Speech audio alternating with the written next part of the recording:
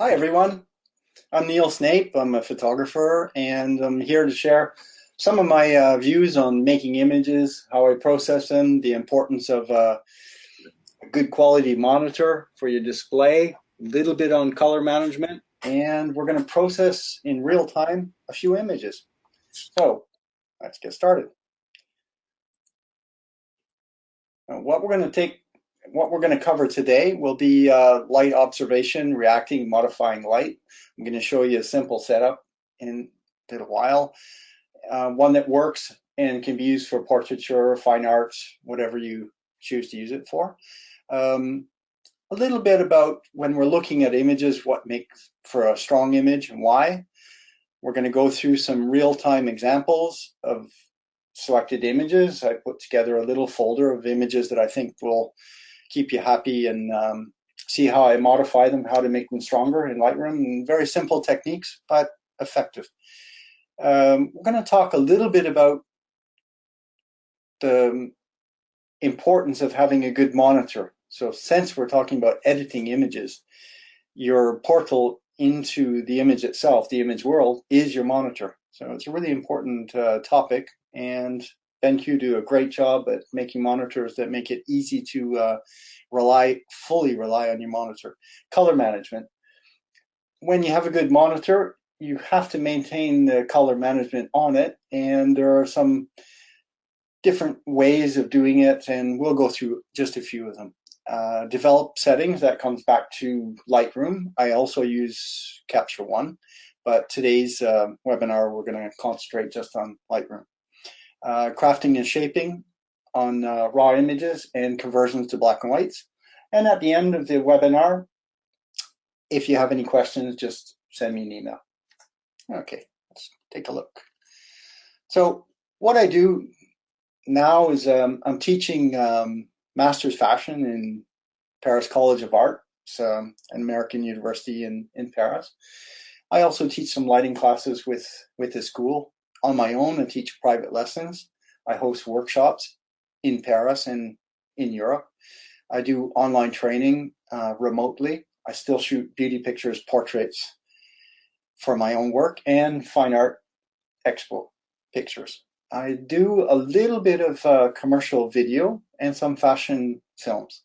And I also still do a limited amount of consulting for IT manufacturers, color devices, printers, and measurement tools for making profiles, etc. So I'm going to come out of here, and I'm going to show you just a very brief slideshow on what I do. These are beauty pictures that have been done for advertising as well as editorial, and some fine art pictures that are included. I've always concentrated on having some type of connection with the eyes, with something interesting in light, maybe light and shadow.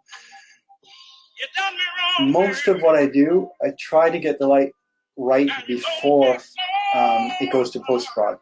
So these pictures are not, most of them are not highly retouched. They're actually very similar if you were to see the raw image compared to a finished image. Beauty pictures are typically about color. We don't do very many in black and white. And another reason why you need to have a reliable monitor so that what you're seeing is actually the real information in the image is being shown to you on your monitor. I do a lot of black and whites now. I think that black and white, if you don't have any color information that's important, black and white gives you the opportunity to see in an image in form, light and form and shadow. Sometimes it's stronger than color. Color adds reality, black and white adds mystery. That's the advantage of shooting images in RAW. At any time you can review the image and convert it as you like and with different settings. Well, I hope you like those slides. Now we're going to get back to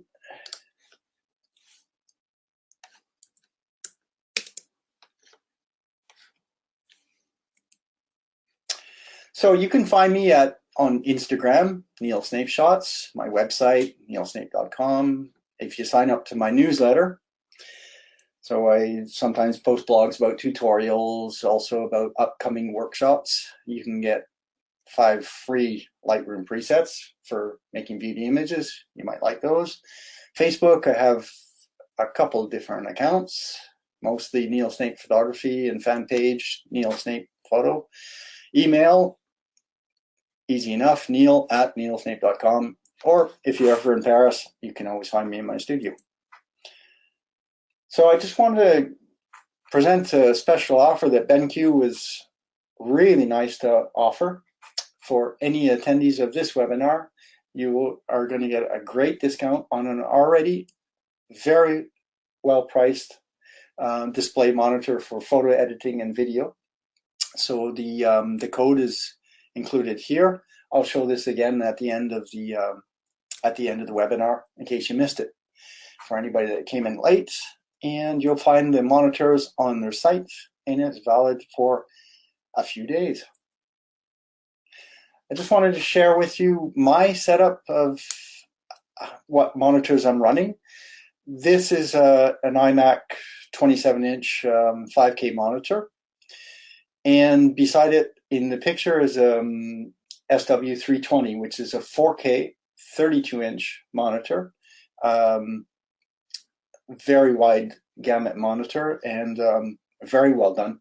It's excellent for doing both photography and video, especially video. So if you want a monitor for viewing 4K images, I would say that this would be the preferred choice, just because the menus, it gives a little bit more space, and the text size is more reasonable compared to the image. So that's my photography setup. And sometimes for photography, I use SW2700, because for images, I think it's a great monitor for doing that. For video, however, I really do recommend, if you're doing any 4K video, that you have a 4K monitor. So this is, again, the video setup running DaVinci Resolve. So what are the reasons why you need a good monitor for editing images? Basically, because when you're looking at your images, you have to have full confidence that the screen, what you're editing, is what really is going on in the image. So if you have a wide range of colors in the image, you need them to be shown correctly without banding or contouring, without artifacts, and have smooth gradients to be able to see in the highlights and the shadows exactly what's going on in the image.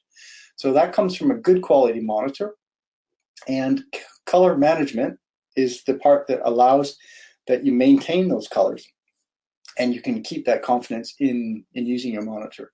So this is an example of a picture. That was the picture on the left is the raw image as it was shot, and the picture on the right is an edited image. Most of the work, almost all the color graduates, so the contrast, the color, the densities, the amount of saturation, everything was done directly on a raw image in Lightroom.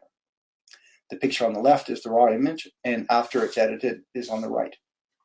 The only thing that Photoshop really was quicker at doing is, of course, moving any temporary things like blemishes and the little reflector that I use to make an extra capsulate in the eyes. So those things are better off done in Photoshop. But the rest of the image, all of the color controls, density, contrast, clarity, sharpness, grain, local area adjustments, dodge and burn, I do that all in Light. Now, again, another image. So on the right, this time, is the raw image, and on the left is an actual finished image, but that's still on a raw image. So by showing you this, it gives you an example of how important it is to have color management and a monitor that is fully capable of showing you the exact colors. The back of the screen on your camera will never give you true colors. So you need to have a portal into your imagery that shows you exactly colors as they are. With the advantage of using a BenQ monitor is that they have a built-in application. Well, it's an included application, and it uses you use a calibration device to calibrate your monitor, and that's done with communication directly to the monitor. So it's actually lodged inside of the monitor in a high bit depth, which is not possible with, say, an iMac, which is not running at the same bit depth. So not only do you get pure and better graduations of tone, but you also have a lot more error correction that's going on inside of the monitor to correct for all the colors. That's why you can really put a lot of confidence into your color management system when you use a BenQ monitor, and it's very easily done. It's semi-automated, and it's really reliable, and you don't have to think too much about it. Set your controls, and it's all done for you, and it gives you confidence in what you're working on, whether or not it be video or photography. So you can see the image on the right. Of course, through a webinar, you're not going to be able to see exact colors that you would see on a monitor. But since this was shot with daylight, it's actually going through double pane windows and picks up a lot of green. So I can easily correct for that, judging by what's on the monitor and picking a point that should be gray, and it sets the white balance accordingly. And if you had a monitor that has color cast or doesn't show you the right information into the shadows, it makes it a lot more difficult to come up with a reasonable solution. So for any serious amateur photographer or any professionals, you really need to have a good quality monitor, and you need to maintain your color management on that monitor by doing profiles that are lodged, etc. So let's take a look at something completely different. So we talked about color management, but I'm also going to show you very easy techniques of making timeless portrait or fine art pictures. So the way that I do that in my studio is whenever I can, I use daylight, and it's coming through a window.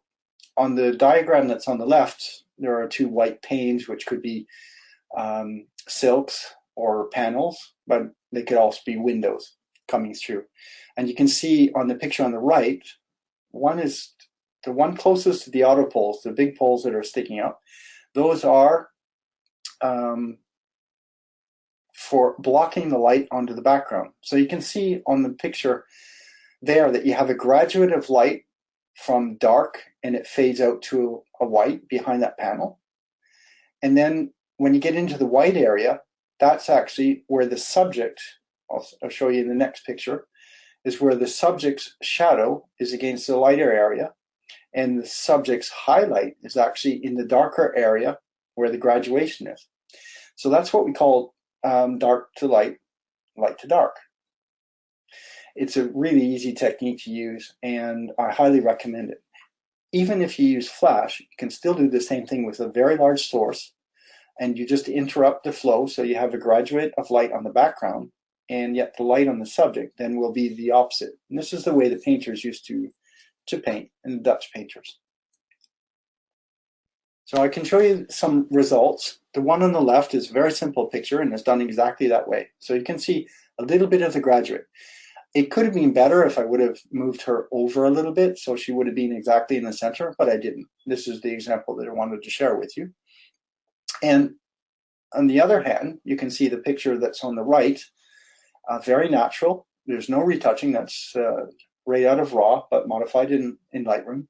So you have a graduate, a little bit less of a graduate. It depends on the day, how fast that graduate goes across, but you have your light side on a little bit darker, and then dark side should be a little bit lighter. So that's a fabulous way to do really nice lighting without working as hard. I see often people, they struggle with getting like a classic type of lighting, and they make it hard for themselves. And I just wanted to share that with you. That's the easiest way to do it, and it makes a big difference to your photography. Makes it easier. If you look at these two pictures, has my signature, so I tried to get a little bit in the eyes, light in the eyes. That's slightly modified in Lightroom, and I'll show you how I do that in just a little bit. So that picture is completely natural. There's nothing really, maybe I should go back one. Yes.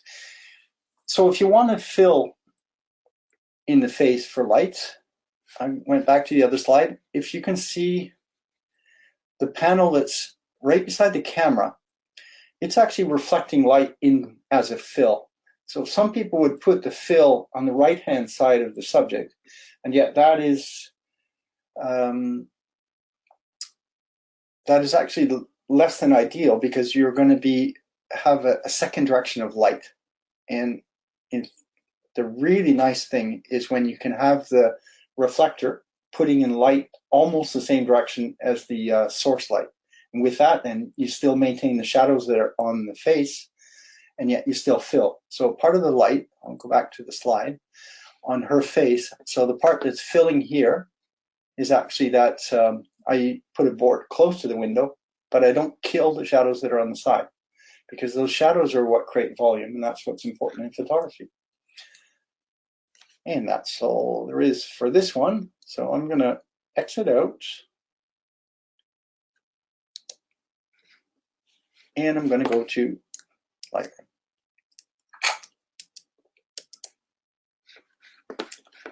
That's that beautiful card that I put in there. So let's take a look at any one image, and I can show you. I'm going to pick which one I'm going to pick today. So this one I've already worked on once, so I can actually even delete it. Oh, okay. Smart collections you can't delete. So I'm going to take, this is the original.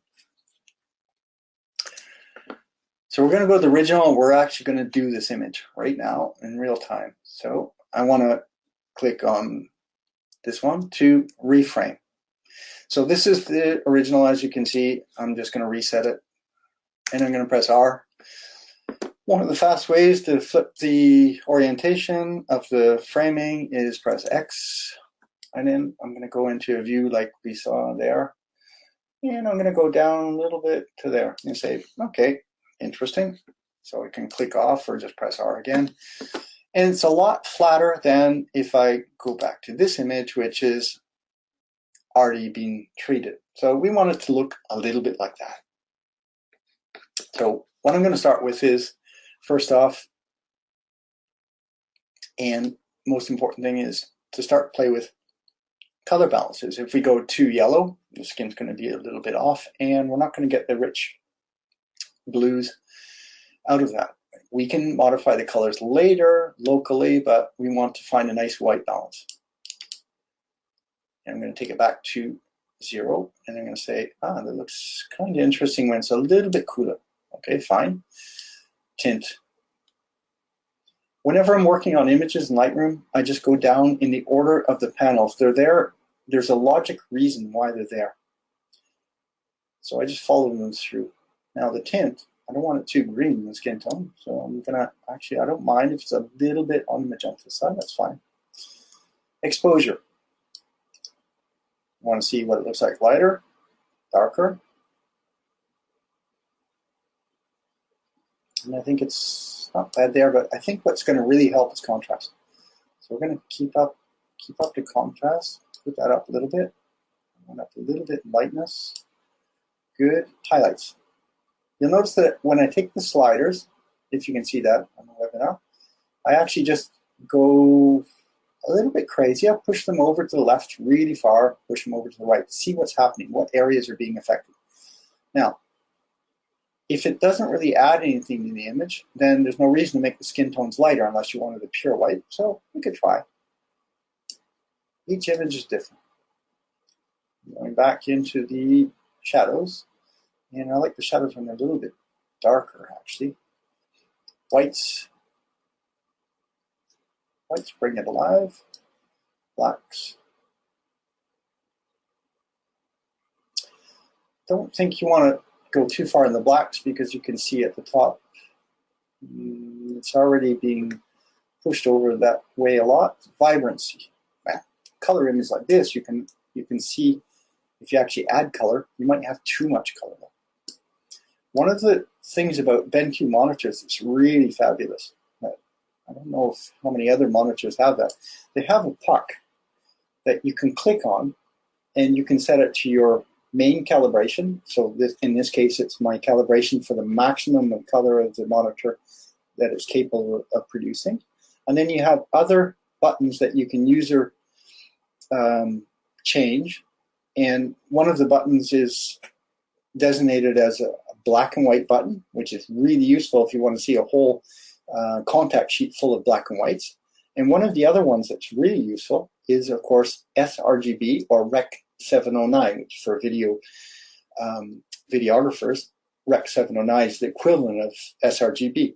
With the click of a button, you can see what it will look like on the web. Because this image on my screen is way too much. It's too colorful to be reproduced on Srgb. So I can press a button and look at it and find out exactly what it's going to look like on the web. So you already know in advance that you won't be able to have these colors. It's not possible. Click on the button, come back to the high resolution and color depth that's at its maximum. So it's a really fantastic feature. So anyways, I've gone down through these settings as I think it should be. Clarity is something I avoid because it adds mid-tone contrast, but it actually will then push down the blacks into a desaturated black. So I'm not going to add much here, but I'm going to add it later locally. Now, tone curve, I usually hold off for these ones. You can also press curves, as you know, here. I hold off on those until I've actually set my color controls. So, color controls. What I do is I want to see where are those reds living, so I can turn them up or down, and I think that's pretty interesting. When it's a little bit lighter, I can turn up the saturation, and I can actually change the hue angle of those colors. Now I come a little bit warmer, so that's what I'm going to do. Yellows. Well, yellows aren't very interesting in this picture, and there's not much yellow, so I'm just going to leave them where they are, and I'm actually going to desaturate yellow so the skin tone does not become too colored. That one's fine. Green, there's not much green, but there should be a lot of aqua. Yeah, so aqua, I'm going to make it a little bit lighter, and I'm going to turn up saturation. Blues, lots and lots of blues. We don't want it too light, we don't want it too dark. And I think the hue angle is probably good, but I can play with it to see if it's more interesting.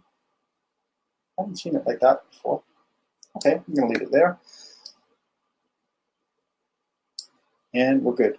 Now, split toning. Sometimes you add a little bit of split toning if you want to see in the shadows.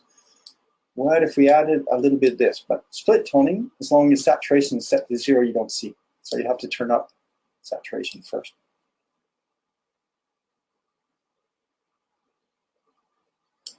So then the saturation is way too much. So if you just want to add a little bit, and I thought that was interesting when we did to there, that's about it. So what are we going to do to this image other than that? Sometimes I press Command N, which means snapshot. That way I can easily go back to where I was. I'm going to go to the brush tool, and I'm going to actually add just clarity. That's in the effect, and it'll remember what you last used it. Here I'm going to go up actually a lot in the clarity for here to make it really a lot livelier.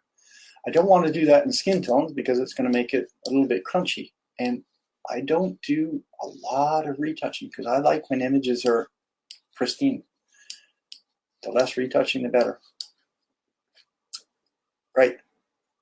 That's all we have to do. Now, what else can we do? We're going to go up with exposure. I'm going to turn up the exposure a little bit and highlights. So this, I'm going to stroke over the important area. And here, I want to make the skin tones like really bright up here. And I'm going to add a new, do the same, and I'm going to take it down to the bottom. There might be whites actually, rather than the highlights. Great. And I don't know if we need to do any in there. Yeah, I brought it up a little bit. Good. What else can we do to this image?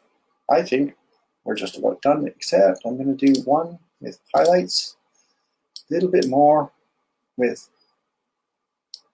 whites will turn up in clarity even a lot. And I'm going to make the eyelashes really come alive. That's it. So I think it works this way. If I press the backspace key, it's before and after. That's it. That's all we have to do. Okay. 34.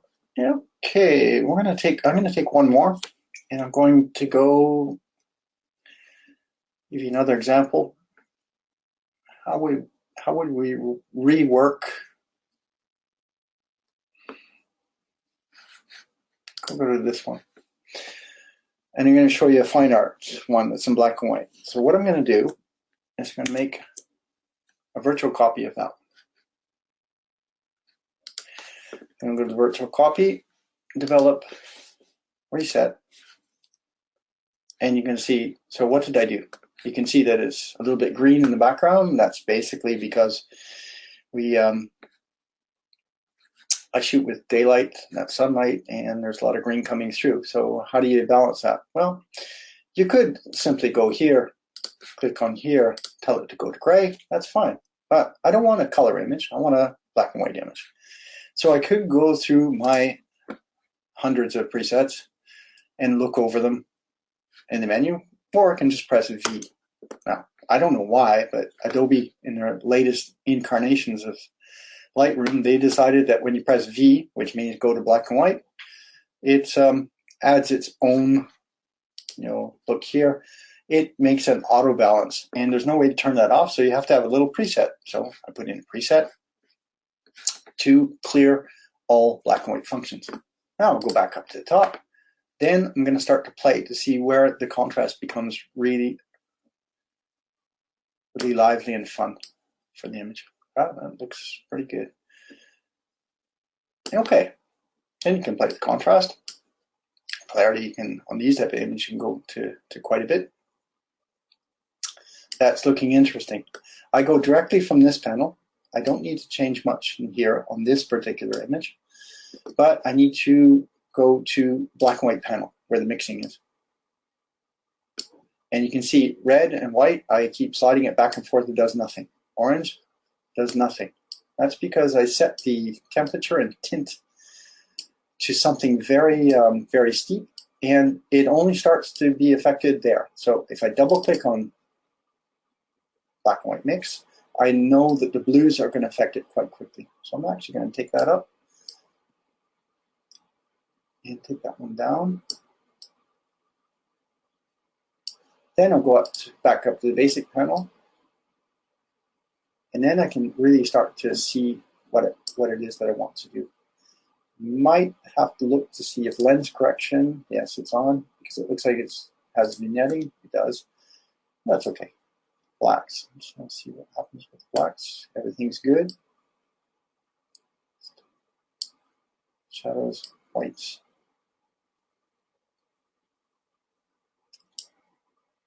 And then I'm going to, after I've done everything, then I go back to the temperature and tint and start modifying after I've already done. In this case,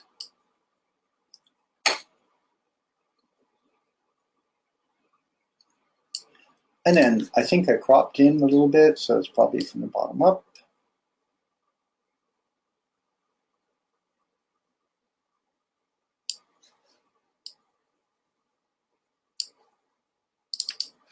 And that's how I do black and white.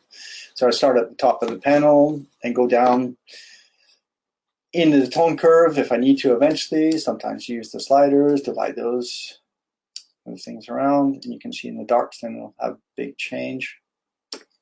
These are after the fact of the clipping points. This is what's inside of the information. Can you see how important it is to have a well-calibrated monitor? It makes all the difference. You need to have that, the graduations of the tones. You have to be able to see in the black and white areas and the highlights and the shadows. that's what's the good thing about having BenQ monitors. They're fully reliable. They do everything they need for me. They're easy to calibrate, and the price is incredible for what they are. So we're going to go back now to my slideshow because I want to make sure that I've covered what we wanted to cover.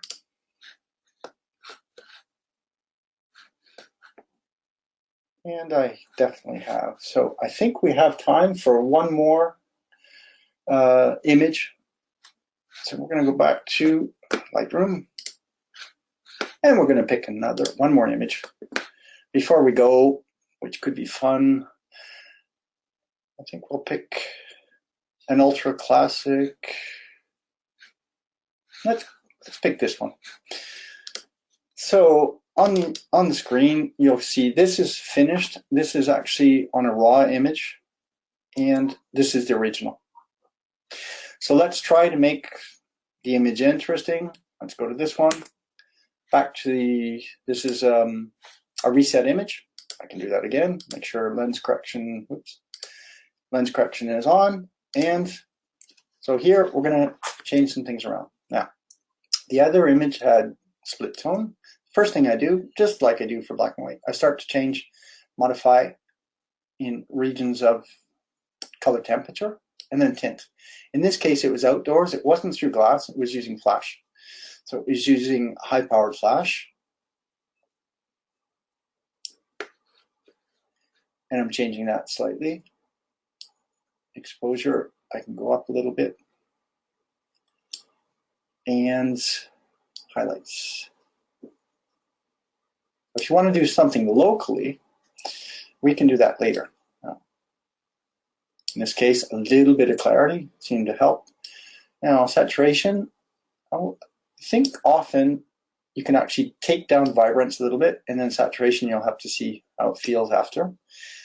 In this case, you can go to tone curves right away, or you can go into color and start to see where you'd want to change color. Her lips will be in the reds, so I can make it a little bit brighter.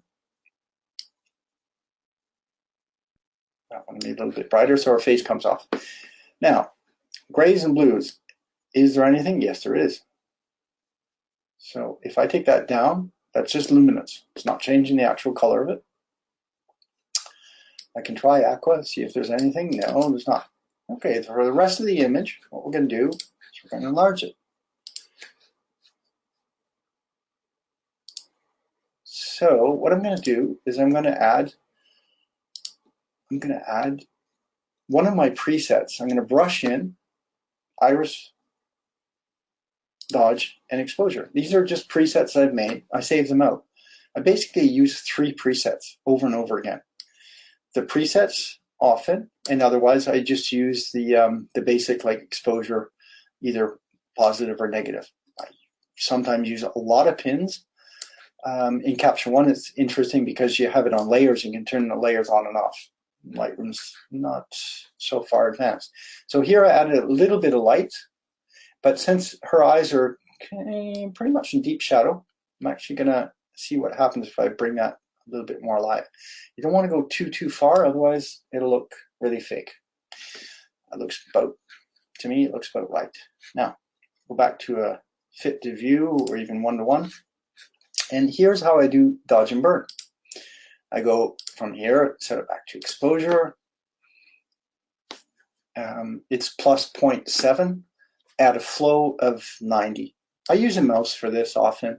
I do have a tablet, and I use the tablet when I need drawing strokes. The tablet I use a lot more in Photoshop. And since Apple have this great little magic mouse that you can increase or decrease the brush size by a horizontal scroll, it just makes it really fast to doing this. Like I say, what I do is I follow the actual lines of light. I don't try to add light where it didn't exist. I only follow the natural lines. So here I'm modifying just a little bit, sometimes in the nose, usually the top of the lips this way. And I don't know why, but I always like to add a little bit there. Now, this shadow side is pretty dark already. I can draw in the hair a little bit, but I can actually add either just take away a little bit exposure or even a little bit more contrast on the cheeks to make them really stand out. The side, that one's pretty dark already, so if I need it, I'll volume there. Good. So since she's got a lot of highlights there, we're just about done. So what I'm going to do is go back to this view, and I'm going to turn off the brush. Well, what we're going to do is we're going to add one more brush, and we're going to use what I call a hair dodge. So I'm just making the hair come alive. All of the settings are they're just a preset that I made. Usually I go over the highlight areas as well, same thing as the face. Is plus exposure, minus contrast, plus clarity, etc. And you can modify it thereafter. I will also do clarity on the coats because it's going to make it a lot more sparkly. You can actually see the mask as it's being created. Turn on. I don't know if we have time to do that. And that's everything is looking good. The only thing is the other picture, we did one other thing, is we added split toning. And we added split toning into probably in the highlights a little bit. I don't want pink, but I made it a little bit warmer. So somewhere around there. But that depends on the shadows, what we do with shadows. So I'm just turning. That looks pretty good. I'm going to turn it down a little bit. But highlights now, I don't know if we need to do that or add a little bit of blue. So I'm going to go into the blues. There. But you can see that I did that to see what color I was adding, and then I'll take it back and just add in just a little bit. And I think we're just about done with this image. I might add a little bit more dodge and burn, so go back to exposure, new pin, add a little bit here. Oops, that's not minus that I want, it's actually plus. Give it a little bit more shape. It's where the light is naturally falling, but I just want a little bit more.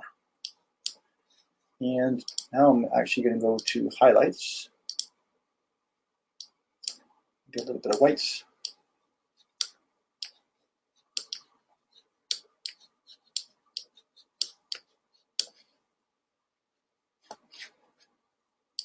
And let's come back to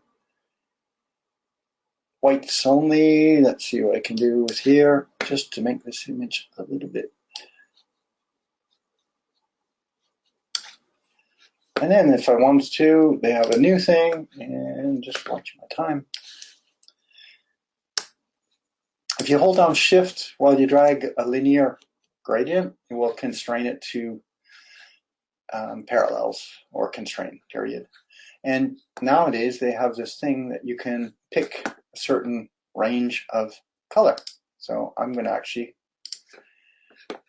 use the color picker to pick up all the grays that are in here. Oops. And I think I picked some of the hair when I did that, but let's see what happens. Now, we're going to not go to whites, but we're going to go to clarity. And I'm going to turn that up. Except, as I said, I didn't do a good job because I actually clicked into her hair. So I went into mask, and it's in not whites, but clarity. Almost done. Turn that one up, except we go to range masking, color, but this time I'm going to be careful not to pick up in her hair. There's the masking. We can actually turn on the mask as well. So you can see if I turn up clarity, it adds a little bit more drama. Maybe we'll make that part a little bit more blue. Not too much. Good. So there is another way of doing an image, make it a little bit stronger, a little bit more lively, entirely by using what's available on a raw image. I've always felt that the raw image gives more potential for modification because it's not yet encoded. So there are subtle differences. They're not huge, but there are subtle differences. I like the workflow that I have. I like the ability to see in the image, and also the ability to make multiple copies of the same image and see how the effect comes out differently, rather than opening an encoded image in Photoshop, and where you can use smart objects, but in the end, it's very seldom that people actually open multiple images and start to modify them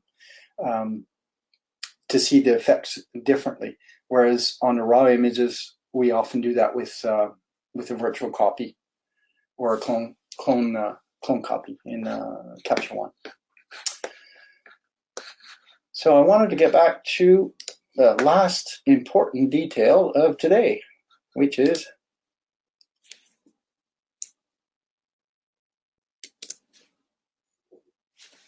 your fabulous discount on the BenQ SW series monitor. They truly are, and I say this with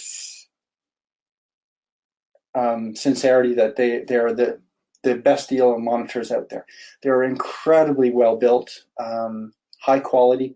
They do everything that you need them to do, and they're priced at a point that if you have to buy a monitor, I highly recommend that you look into the BenQ monitors. And with this discount, it even makes it that much better of a deal. So I would say go for it if you can. So thank you very much. And now you can put your questions at the end of this webinar.